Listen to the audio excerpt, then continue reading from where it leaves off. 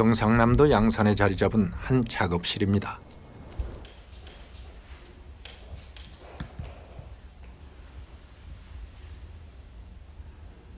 이 그림들은 일반 그림과는 조금 달라 보이는데요.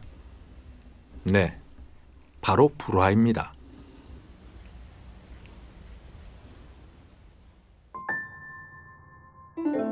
이윤경 작가는 불, 보살들을 그림으로 탄생시키는 불화 작가입니다. 늦은 나이에 입문해 붓을 잡고 그림을 그리니도 벌써 12년째.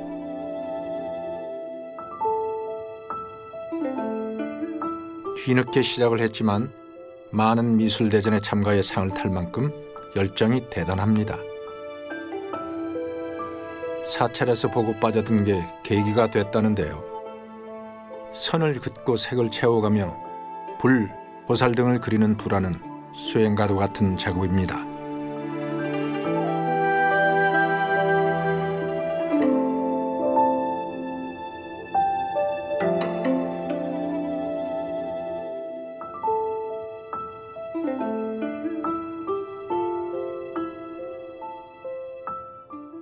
많이 힘들죠. 일반 미술하고 비교를 하면 안 돼요. 이 불화 과정은 이제 뭐 단계가 있고 또 선의 작업이고 이렇기 때문에 많이 힘들어요. 또 선을 찾아내가지고 또 해야 되고 이렇기 때문에 일반 그림하고는 이제 비교가 안 되죠. 힘들죠. 이윤경 작가가 전남의 한 사찰을 찾았습니다.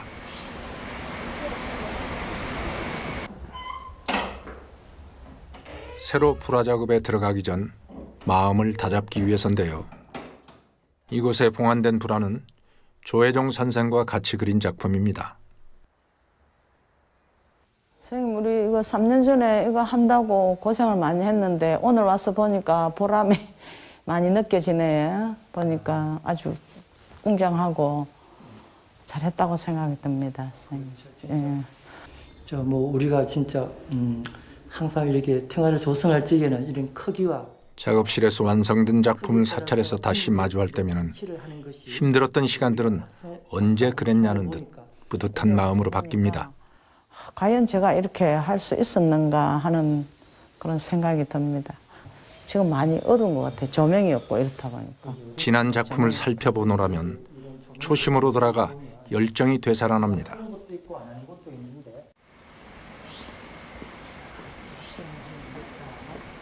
이제 두 사람은 본사로 향하는데요.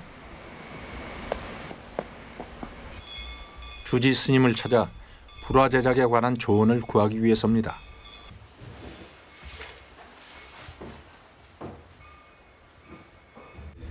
화로 화제되잖아요. 무슨 도 이렇게 해가지고 초기에 그 불화들이 부처님 가르침을 도상으로 이렇게 이제 대부분 표현했잖아요. 내용들, 부처님 말씀들을 주지 스님인 덕문 스님은 불교 미술의 조예가 깊어 말씀을 듣다 보면 불화 그리는데 많은 도움이 됩니다. 불모라고 하는 것은 말씀 그대로 부처님을 그대로 그린다는 것뿐만 아니라 수행의 한 부분이기도 합니다. 그래서 수행자의 자세와 똑같은 마음으로 또 그림을 그리게 되고 또 많은 사람들의 귀의 대상을 그리기 때문에 단순하게 그림을 그린 것이 아니라 또 성화이기 때문에 또 수행과 마음과 모든 자세가 부처님처럼 또는 수행자처럼 그렇게 가져야만이 그릴 수 있는 그림입니다. 불화는 부처님과 같은 예배의 대상이기에 불심이 가득한 상태에서 그려야 훌륭한 작품이 탄생될 수 있다고 합니다.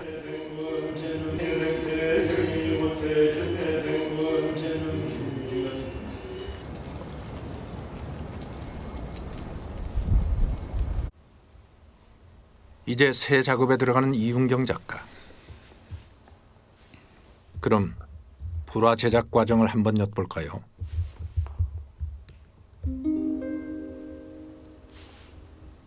불화에서의 첫 작업은 초 그리기입니다.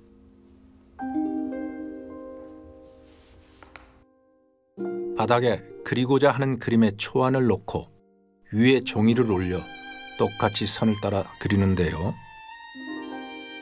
이렇게 선 하나하나가 더해지면 첫 과정이 마무리됩니다.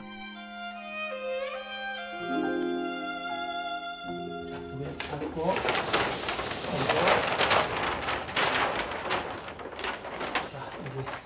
이어진 작업은 배접입니다. 배접은 초그리기 한 종이를 뒤집고 그 아래 배접지를 겹겹이 쌓아 두껍게 만드는 건데요. 전통 불화는 모두 수공이다 보니 여간 정성이 필요한 게 아닙니다.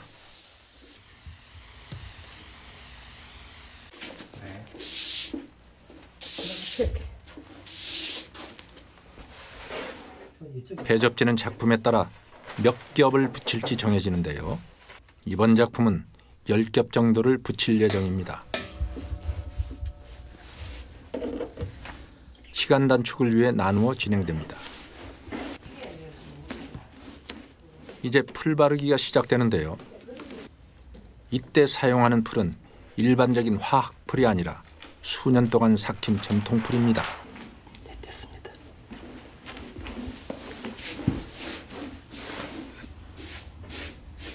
시중에서 구하기 쉽고 가격도 저렴한 일반 풀을 사용하지 않고 이런 전통풀을 고집하는 데는 그만한 이유가 있다네요. 쉽게 말하면 우리가 풀을 1년, 2년, 3년 그래서 삭히는 그 이유는 이 유기물질을 다 제거시킨다는 거죠. 쉽게 말하면 밀가루에도 하나의 당분이 있습니다. 그 당분을 다 제거해야만 우리가 이런 조미라든가 그것이 먹지 않는다는 그 이유입니다. 그래서 옛날부터 이런 풀을 항상 삭혀서 써야만 이제 그만큼 세월이 흘러가도 오래 지속적으로 보존이 잘 된다는 뜻입니다. 이제 풀을 바르고 말리는 과정을 수차례 반복하는데요. 한 과정에서만 4~5시간이 걸린답니다. 이렇게 사나흘이 지나면 5겹씩 풀칠된 배접지가 완성되고 이걸 합치면 1차 배접이 끝납니다. 이번엔 종이가 아닌 천입니다. 이때도 풀 작업이 들어가는데요.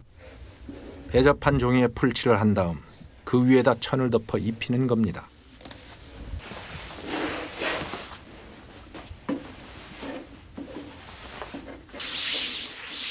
이어 기포가 생기지 않도록 헝겊으로 여러 번 쓸어내리면 배접 과정이 끝납니다.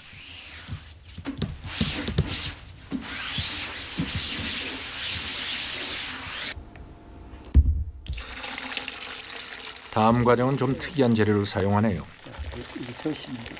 소가죽에 열을 가해서 말랑하게 만든 악교입니다. 명반수에 이것을 녹여 천에 입히는 걸 악교포수라고 하는데요. 이렇게 하면 채색을 할 때 색이 변하지 않을 뿐 아니라 착색에 도움이 된다고 합니다.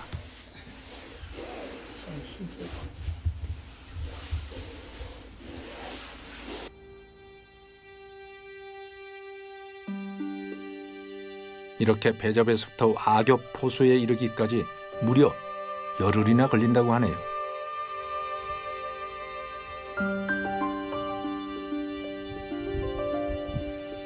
이렇게 공을 들여 만드는 과정을 살펴보니 불화가 더 궁금해졌는데요.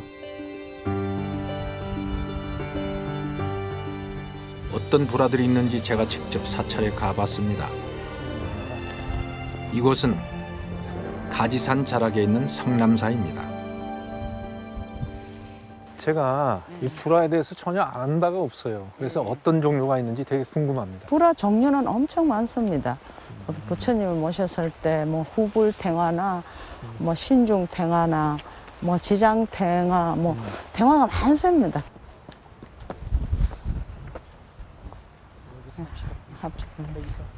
보통 큰 사찰에 오면 여러 전각들이 있어서 다양한 종류의 불화들을 감상할 수 있다고 합니다. 이곳 성남사에도 많은 불화를 볼 수가 있는데요. 중간에 합이 하나, 둘, 셋, 네 개 이렇게 사찰을 찾으면 먼저 들르게 되는 대웅전부터 살펴봤습니다. 전각의 벽과 천장에 그려진 이런 그림들 단청인데요. 장엄화로 분류되는 불화입니다. 들어가 볼까요? 대웅전 안에 들어가면 큰 불화 하나가 먼저 눈에 들어옵니다. 모셔져 있는 부처님보다 뒤에 탱화가 커요. 이게 뭐라고 얘기를 하죠? 부처님 정면에 바로 뒤에 크게 모셔져 있는 게 이제 후불탱화라고 하는데, 부처님의 뒤에 있으면 후불탱화 아니면 이런 식으로 그 부처님이 없는 것들은 뭐라고 부릅니까?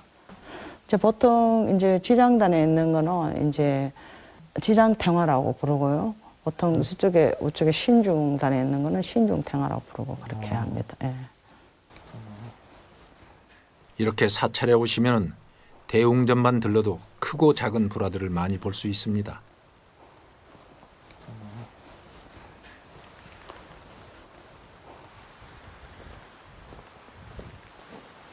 여기 벽화들은 뭘 의미하는 거예요? 보통 부처님 경전에 나오는 그런 내용이라 그러는데, 여기는 보면은 부처님 일생도를 아마 그린 것 같아요.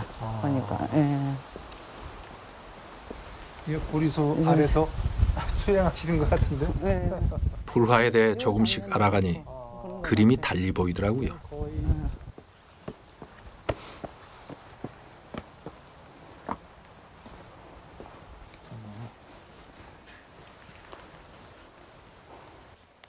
아니 근데 여기는 이 불화는 아니고 뭐라고 불러야 돼요?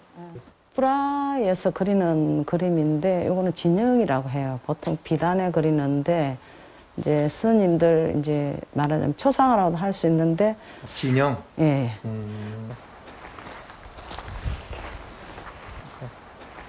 이 사찰에 오니까 이런 그림들에 대한 설명이 잘 돼 있어서 나 같은 문외한이 와도 조금 이해력이 좀 생길 것 같아요. 그 보면은 이제 절에 오면은 이제 불화를 그려가 잘 모셔놨기 때문에, 그리고 여기는 특히 오니까 이렇게 그림과 같이 설명이 이렇게 잘 되어 있네요. 제작 연도도 나오고 어느 분이 그리셨는지도 나오고 친절하게 잘 해놨어요. 눈으로 보고 글로 한 번 더 확인하니 불화가 마냥 어렵게만 느껴지지는 않았습니다. 이제 좀 더 귀중한 불화를 만나러 가봅니다.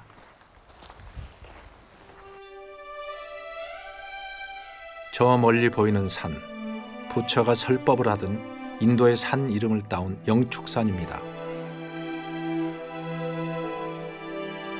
그 영축산 아래 통도사가 자리 잡고 있습니다. 통도사 대웅전 옆에는 국보급 보물인 금강계단이 있는데요. 이곳엔 부처님의 진신사리가 모셔져 있습니다.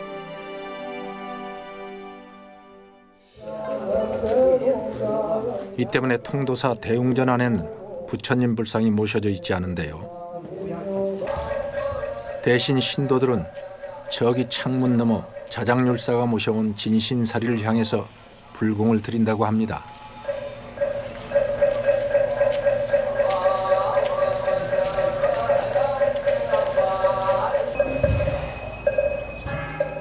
자, 이번엔 통도사 영산전을 한번 둘러볼까요? 이곳은 전각 자체가 보물로 지정돼 있습니다.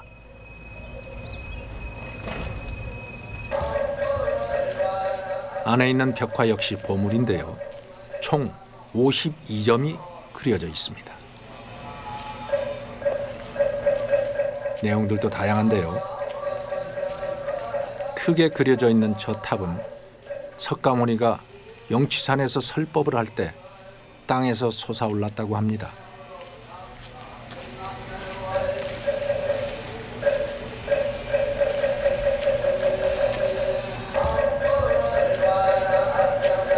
이외에도 부처님의 설법 장면과 고승들의 행적에 관한 그림도 볼 수 있습니다.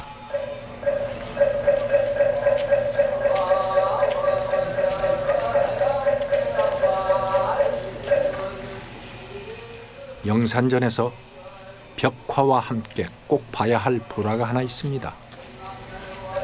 바로 석가모니 불상 뒤에 모셔진 영산회상도입니다.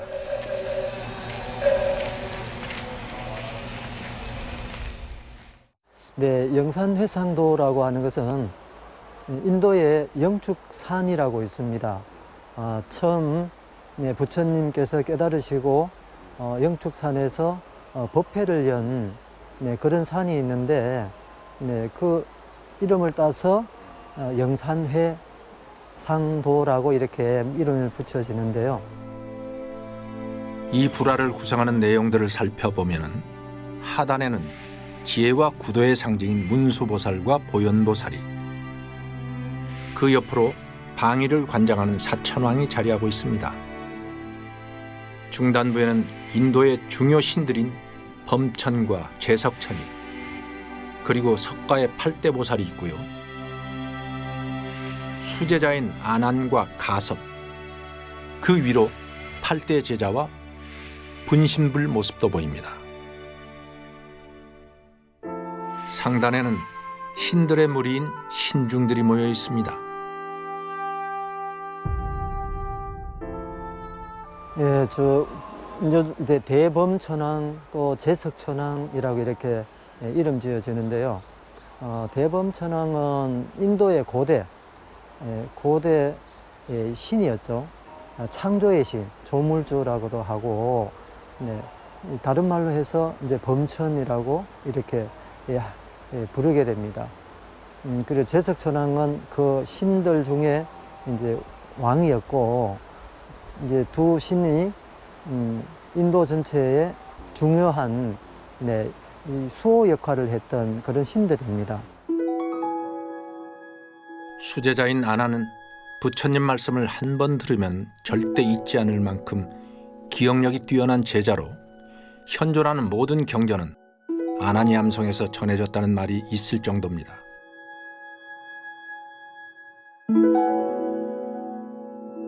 이 불화에 모셔진 석가모니불은 대표적인 손 모양을 하고 있는데요. 항마촉지인입니다. 부처님의 깨달은 모습에서 가장 대변되는 수인이 항마촉지인입니다. 항마라는 말은 사실은 우리 마음속의 번뇌, 여러 가지 고통, 그런 정신적인 어떤 고통을 받는 이런 걸 사실은 다른 말을 붙여서 이제 마왕이라고 표현을 하기도 하고, 불가에서는 그걸 이제 번뇌 이렇게 표현을 하는데, 그것을 이제 제거한다는 의미가 있습니다. 그래서 그런 도상에 그려지게 됩니다. 이번에는 또 다른 전각, 극락보존으로 가봅니다. 극락보존은 아미타 부처님을 모신 곳입니다. 우리가 나무 아미타불 관세음보살이라고 하죠. 이는 아미타불과 관세음보살께 극락정토에 태어나게 해달란 간절한 기원의 의미랍니다. 네, 가장 대표적인 우리 사후세계에 가야 될 곳, 그러면 우리가 얘기하는 서방 극락세계입니다. 불교에서 얘기하는 이제 불국토이고 정토를 얘기를 하는 것이죠. 서방 세계를 늘 계시는 부처님이 이제 아미타 부처님이신데, 그것을 저희들이 이제 가장 대표적인 곳이라고 얘기를 하게 됩니다. 이 아미타 부처님을 모신 극락보존에는 벽화 하나가 보이는데요. 반야용선도입니다. 반야용선이란 말은 고해, 고통의 바다를 건너서 극락세계로 간다, 이런 의미가 있어서 늘 극락전의 주변에는 반야용선도나 기타 그와 비슷한 그림들이 이제 그려지게 되고, 우리가 이제 죄를 지내고 난 이후에 그런 영혼들이 또 천도되어 가기를 원하는 의미에서 반야용선을 그리게 되고 또 의식을 하게 됩니다. 또 하나의 전각, 대광명전입니다. 여기도 중요한 불화가 하나 있습니다. 불상 뒤로 세 분의 부처님이 그려져 있는데요. 이 불화의 이름은 삼신불도라고 합니다. 법신인 이 비로자나 부처님, 보신인 노사나 부처님, 화신인 서가모니 부처님을 얘기할 때 삼신이라고 합니다. 그 가운데 가장 본체인 비로자나 부처님을 중심에 두고 좌우에 노사나 불과 서가모니 부처님을 옆에 이렇게 배치를 하게 되는데요. 비로자나 부처님은 어떤 우주를 인격화한 것이 비로자나 이렇게 표현이 됩니다. 이것은 결국은 우주라는 것 하나에서 출발을 하는 것입니다. 결국은 하나의 부처님인데 그걸 조금 다르게 또 역할을 다르게 해서 표현을 한 것이라고 보시면 되겠습니다. 이 삼신불도에 견줄 만한 불화가 있는 곳, 직지사입니다.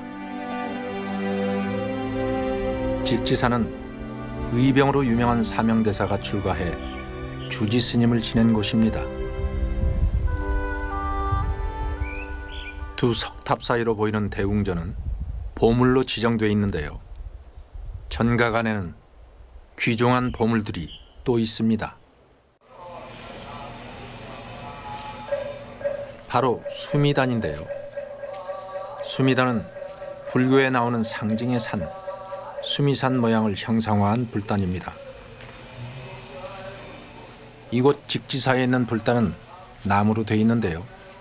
장식과 문양들이 굉장히 화려한 것이 특징입니다.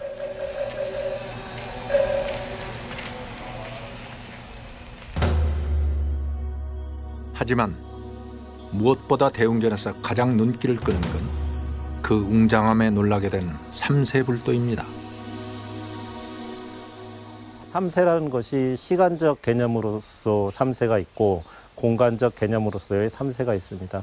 직지사에 모셔져 있는 부처님은 공간적 개념으로 현재 우리가 살고 있는 이 사바 세계를 주관하는 석가모니 부처님과 또 동방 세계를 주관하는 약사열애 부처님, 서방정토 극락 세계를 주관하는 아미타불, 이렇게 해서 세 분을 모셔 놓았기 때문에 삼세불이라고 합니다.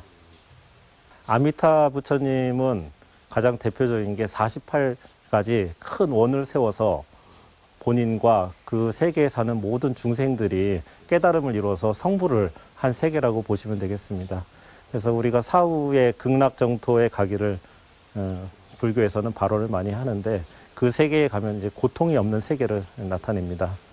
그리고 약사열애불이 계시는 동방세계 같은 경우에는 이름에서도 나타나듯이 약사는 의사, 대의왕을 나타냅니다. 그래서 약사열애 부처님이 계시는 세계에서는 아픈 이가 없고 의식과 음식이 풍족한 모두가 평화로운 그런 세계를 나타내고 있습니다. 그리고 석가모니 부처님은 이 현재의 부처님으로서 고통받는 이 세계에 살고 있는 중생들에게 설법을 통해서 모든 중생을 고통에서 구제하는 그런 역할을 하셨기 때문에 이 세 분의 역할이 그렇게 됩니다.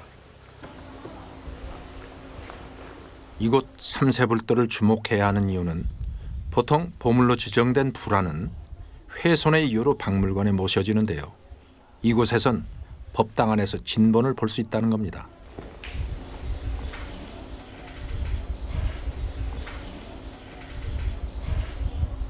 대웅전 안에 다른 불화도 한번 들러볼까요?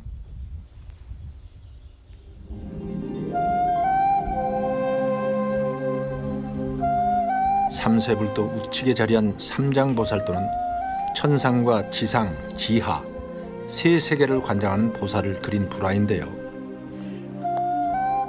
특이하게도 이 그림은 우리나라에서만 볼 수 있다고 합니다. 조선 후기부터 그려졌다는 삼장보살도는 천도의식과 관련된 불화라고 하네요. 삼장보살도는 수륙제와 깊은 연관이 있습니다. 수륙제라고 하는 것은 땅과 물에 사는 영혼들을 천도하기 위한 불교의 의식입니다. 그래서 수륙제를 지낼 때 삼장보살을 모시고 제사를 지내게 됩니다. 삼장보살도 맞은편에 있는 또 하나의 불화, 바로 신중도입니다. 신중도에는 불, 보살과 다른 많은 신들의 모습이 보이는데요. 그렇다면 신중도, 어떤 뜻이 담긴 불화일까요?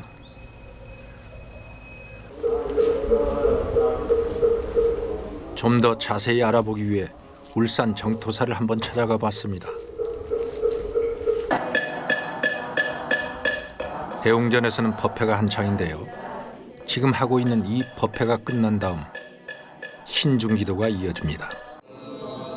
신중기도는 매월 음력 초하루부터 사흘간 신들에게 올리는 기도입니다.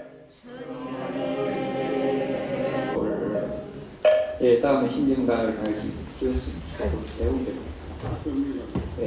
불법성 삼보가 신앙의 대상인데 신중은 그 불법성을 받들어 모시는 여러 신이다. 그 신이란 신자가 무리중자입니다. 신들인데 그 불법성 다음으로 우리 신도와 사람들에게 역할을 해준다. 그래서 부처님 다음에 신중에게 예경도 하고 공양도 올리고 그게 이제 공양 올리는 걸 이제 신중 불공이라 그러죠. 공양 올리면서 우리의 소망을 기원하죠.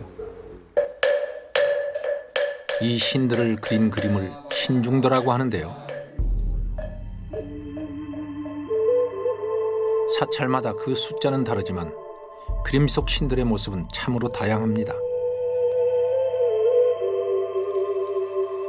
인도 신과 중국 신, 우리 토속 신앙에 나오는 측간신과 부옥신, 용왕신과 산신 등도 포함된다는데요. 이들은 불보살을 대신해 중생들의 자잘한 소원을 살피고 들어주는 친근한 신들로 보면 되겠네요. 신중 그림도 신중탱인데 역시 이 자연 신이 이제 의인화해 놓은 게 신중탱화인데요. 그 그림을 보면서 저런 신들도 우리를 돕고 부처님 심부름도 하신다. 그래서 우리에게 그 예경도 하고 기도도 하고 하는 것입니다. 신들에게 소원을 빌면 들어준다니 사찰 가면 신중도 꼭 한번 찾아봐야겠습니다.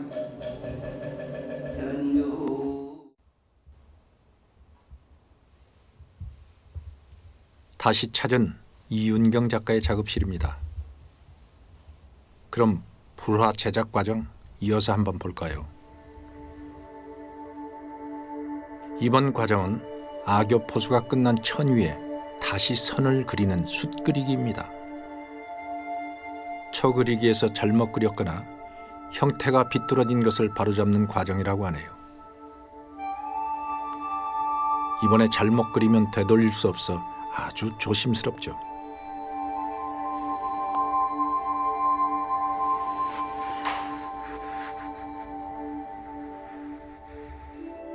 이렇게 하고 나면 채색 전에 해야 할 모든 과정이 끝납니다. 이제부터는 오랜 기간이 걸리는 채색 작업에 들어갑니다.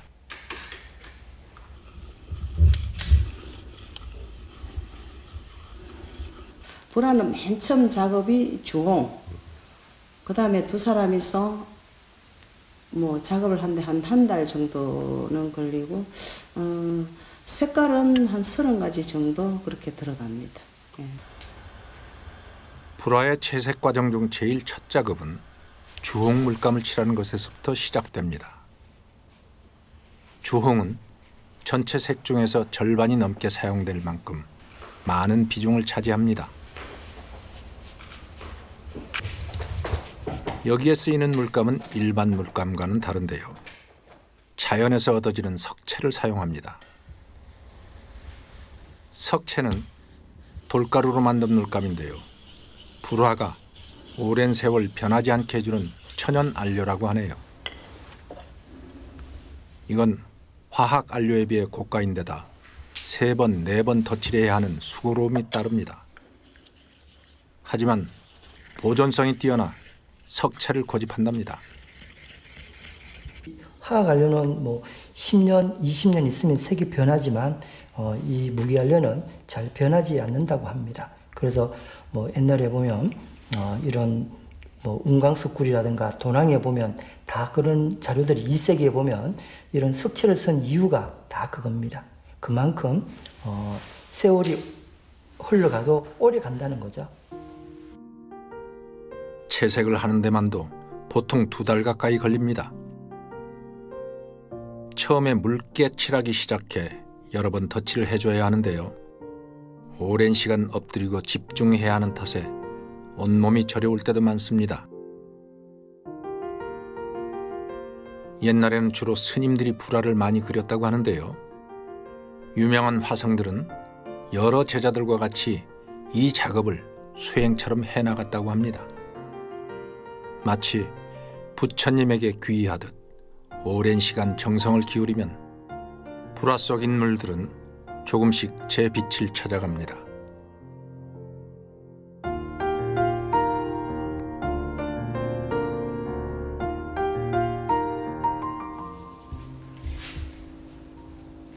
이번엔 채색으로 메운 면 바깥에다 다시 선 그리기를 하는데요.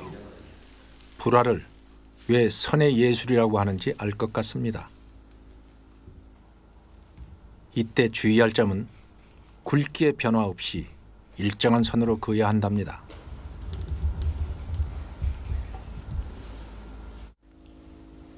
자, 이번엔 또 어떤 작업일까요?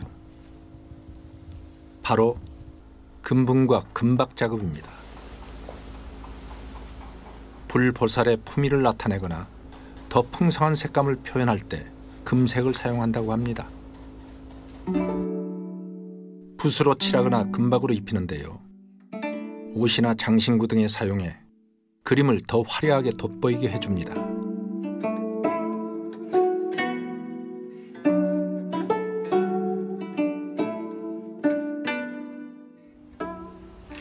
다음 과정은 상호 그리기입니다. 상호 그리기는 불화의 가장 마지막 채색 과정인데요.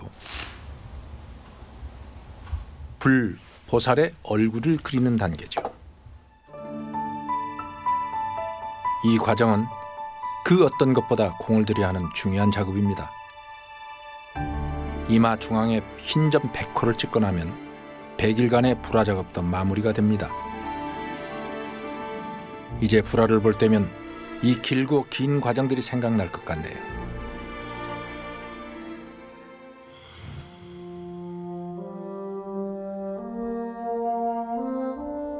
이번에는 흥미로운 이야기가 있는 불화들을 한번 만나러 가보겠습니다. 이곳 옥천사의 여러 전각들 중 우리가 가볼 곳은 바로 명부전입니다. 저승세계를 관장하는 명부전 안에는 지장보살도와 시황도가 있습니다. 저희 옥천사에 있는 지장보살도 및 시황도는 1744년 효안 스님을 중심으로 13명의 화승이 함께 제작하였습니다. 지장보살은 지옥에서 고통받고 있는 중생을 한 사람도 남김없이 구제하겠다는 원력을 세운 보살로서 옥천사 명부전에는 지장보살도와 지옥에서 죽은 자의 죄를 심판하는 10명의 왕을 그린 시황도가 있으며 진보는 옥천사 성부박물관에 소장되어 있습니다.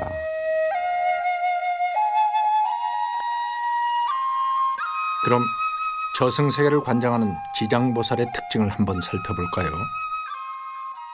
지장보살은 삭발한 머리가 파랗거나 삭발한 귀, 두건을 착용한 모습으로 쉽게 구별됩니다. 오른손에는 죽은 자의 생전 삶을 들여다본 보주가 있고요.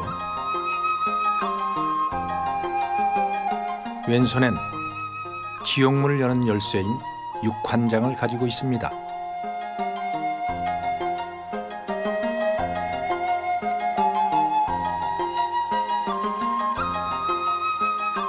저도 이제 사찰에 가면 지장보살을 쉽게 구분할 수 있을 것 같네요.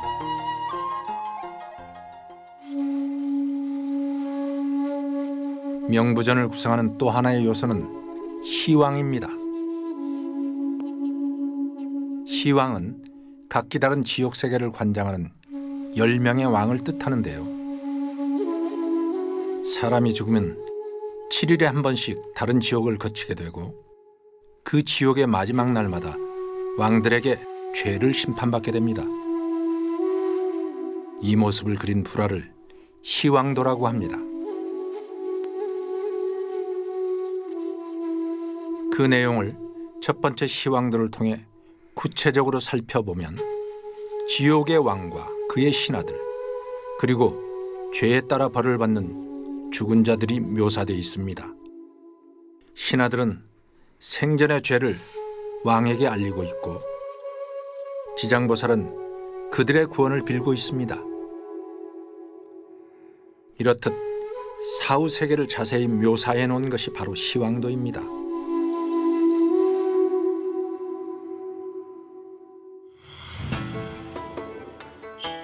각각의 왕들은 조금씩 다른 모습을 하고 있는데요.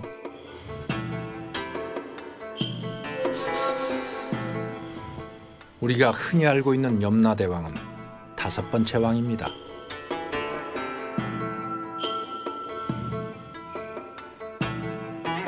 불교에서 49제를 지내는 이유는 7번째 왕을 만나는 49일이 되는 날 1차 심판을 받기 때문에 이때 좋은 곳으로 가게 해달라는 뜻이 담긴 거랍니다. 지옥에서 받는 형벌도 다양한데요. 그중 혀를 길게 뽑아 쟁기제라는 형벌은 생전에 거짓말을 많이 한 사람에게 내려지는 형벌입니다. 보기만 해도 무섭고 끔찍하네요. 정말 죄 짓고 살면 안 되겠다는 생각이 절로 듭니다. 9번째 왕까지 심판을 받고 나면은 마지막 10번째 오도 전륜대왕에 이르게 됩니다. 이 왕은 윤회의 엄격한 최종 결정자로 망자의 마지막을 심판합니다. 다른 지옥세계처럼 형벌은 묘사되지 않고 있는데요. 윤회판을 돌려서 어떻게 될지 정해지면 동물이 되거나 혹은 다시 사람으로 태어나거나 새로운 삶이 결정되는 거랍니다. 원래 불교에서는 7번째 왕까지 49제가 끝이었는데요. 훗날 유교에서 100일상과 1년상 그리고 3년상이 추가돼 모두 10명의 시왕과 시왕도가 완성된 거라고 합니다. 그럼 이제 옥천사 시왕도를 한번 살펴볼까요? 보물 1693호인 옥천사 시왕도는 상단은 심판하고 하단은 벌을 받는 모습이 일반 시왕도와 비슷합니다. 그런데 눈치 빠른 분들이라면 벌써 뭔가 좀 이상하다 느끼셨을 텐데요. 맞습니다. 옥천사 시왕도는 현재 9점밖에 남아있지 않습니다. 1876년에 시왕도 10점 중 제2점인 제1진강대왕도와 제2초강대왕도가 도난당하게 되었습니다. 그래서 한동안 찾지 못하고 있다가요. 2016년에 제2초강대를 찾게 되어서 환수하게 되었는데요. 알고 봤더니 1981년에 프랑스인이었던 어떤 한 개인이 인사동에서 구매를 하였고요. 그래서 35년간 보관을 하고 있다가 프랑스 김해박물관에 이제 판매 의사를 밝히게 됐습니다. 그래서 그것을 김해박물관에서 우리나라 문화재청에 연락을 줬고요. 그래서 문화재청과 옥천사 그리고 조계종단이 협력하여 옥천사에서 도난되었던 제2초강대왕도를 무사히 옥천사로 모셔오게 되었습니다. 사라진 제1진광대왕도도 하루빨리 제자리를 찾게 되길 바랍니다.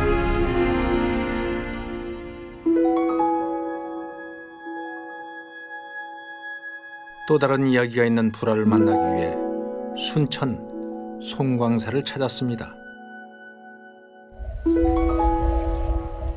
통도사 해인사와 함께 우리나라 3대 사찰로 불리는 송광사는 보물급 전각들을 감상하기에 좋습니다.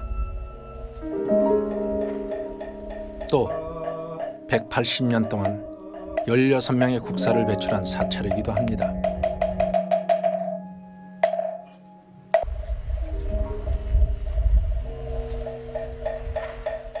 이 송광사 전각들을 둘러보다 보면 유독 벽에 그린 벽화를 많이 볼 수 있죠. 벽화들은 보물로 지정이 되거나 가치가 있는 큰 문화재는 아니더라도 그림 하나하나에 설명이 잘 돼 있어 누구나 쉽게 접할 수 있습니다. 송광사의 전각 중 하나인 승보전에 그려진 벽화도 눈여겨보면 좋은데요. 바로 희무도라고 하는 벽화입니다. 희무도는 선의 수행 단계를 소와 동자에 비유해 인간의 본성을 찾아가는 내용을 모두 10단계로 그렸습니다. 아마 다른 사찰 벽화에서도 쉽게 만나볼 수 있을 겁니다.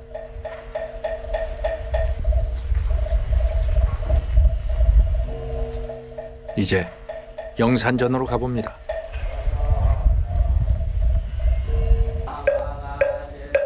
이 안에서 만날 수 있는 대표적인 불화, 바로 팔상도입니다. 팔상도는 부처님의 생애를 8단계로 나누어 그린 그림인데요. 시황도처럼 각 그림마다 다양한 이야기가 있습니다. 팔상도는 송광사를 비롯해 통도사, 쌍계사 등 여러 곳에서 볼 수 있는 불화입니다. 송광사 팔상도의 특징이라고 그러면은 기본적으로 다른 부처님의 일대기를 다뤘다는 그 내용에 있어서는 다른 사찰에 있는 팔상도하고 큰 차이는 없습니다, 사실. 그 내용 구성이라든지 그런 부분도 거의 똑같고, 그렇지만 그 팔상도 내부를 이제 자세히 살펴보면은 송광사의 어떤 풍경들이 그 숨은 그림처럼 그렇게 숨어 있는 그런 특징들이 있습니다. 송광사 팔상도는 18세기 의겸 스님이 그렸는데요. 송광사에 오래 계시면서 사찰 주변 경관을 그림에 많이 담았답니다. 하지만 아쉽게도 이곳 팔상도는 박물관, 괴불암에 보관돼 일반인들은 쉽게 접할 수가 없습니다. 현재 진본 모두를 상설 전시해 둔 곳은 통도사 성보박물관입니다. 그럼 8점의 그림들을 천천히 살펴볼까요? 첫 번째 그림은 부처님의 어머니인 마야 부인이 태몽을 꾸고 꿈 이야기를 하는 장면을 그려놓았는데요. 각 장면들을 그림 상, 하, 좌우에 나눠 그린 것이 기본 구조입니다. 지금 보시는 것은 흰 코끼리를 탄 석가모니의 전생 호명보살이 마야 부인 뱃속으로 들어오는 꿈을 꾸는 장면입니다.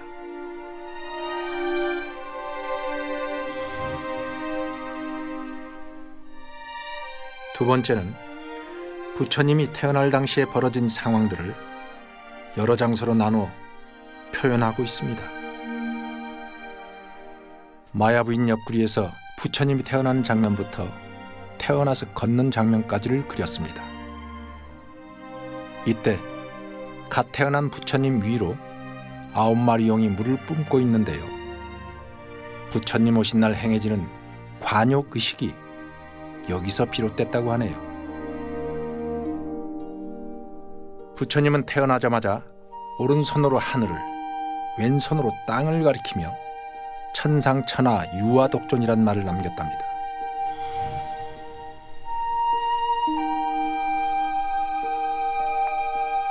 세 번째 그림은 풍요롭고 화려한 성 안에서 자라던 부처님이 성 밖으로 나가 생로병사의 실상을 보고 왕궁에 난 내문을 통해서 출가를 하기까지의 모습을 담았습니다.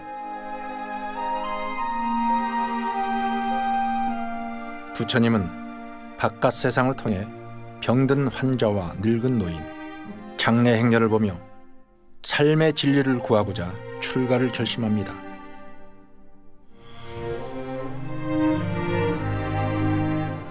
네 번째는 부처님이 성을 넘어 출가하는 장면이 그려져 있습니다. 부왕의 엄격한 통제에도 불구하고 부처님은 결심을 굳히게 됩니다. 그 후 시녀들이 잠든 틈을 타서 밤중에 성을 넘어 출가를 감행하는 장면이 묘사되고 있는데요. 말을 떠받치고 있는 건 사천왕입니다. 출가를 한 부처님은 인도 히말라야가 보이는 설산에서 수행을 이어갑니다. 여기서 설산이란 실제 눈 덮인 산이 아닌 힘든 고행의 과정을 표현한 것이죠. 이 그림에는 불교에서 중요한 의식인 삭발 장면이 그려져 있습니다. 특히 이제 설산에 들어가실 때 이 삭발을 한 의미는 새 속에 번뇌를 다 버리고 간다, 이런 의미가 있습니다. 그래서 삭발을 하는 장면이 나오게 되고, 불교에서는 이 삭발 연미를 해야만 비로소 사문이 될 수 있다, 이렇게 규정 짓고 있어서 삭발을 하게 되는 동기가 된 것입니다.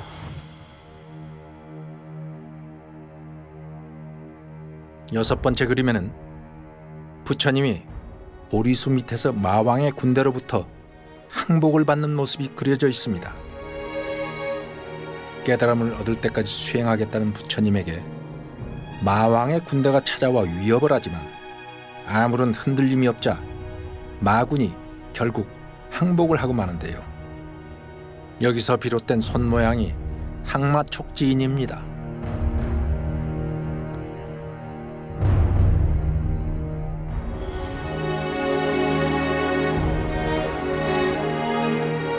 일곱 번째 그림은 석가모니불이 깨달음을 얻은 후 녹야원에서 제자들에게 첫 설법을 전하는 모습을 담았습니다.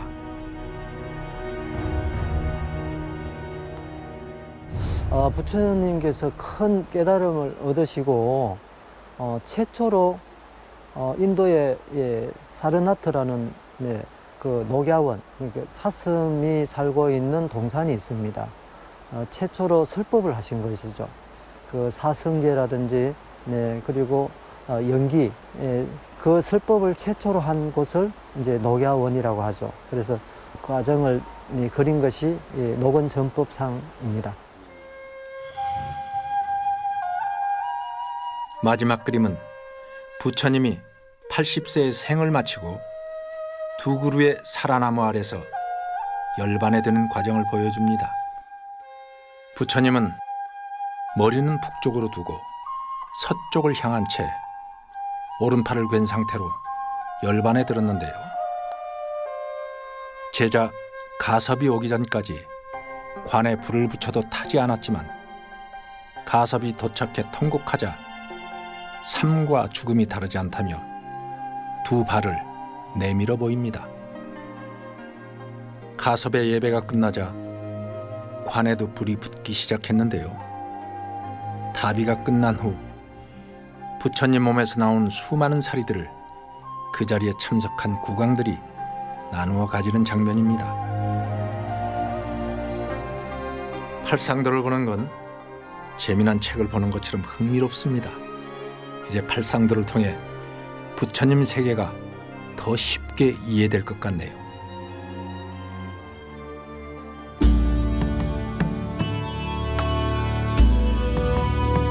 우리는 오늘 불화를 그린다는 것이 고행과 기다림의 시간을 이겨내는 수행의 과정임을 알게 됐습니다.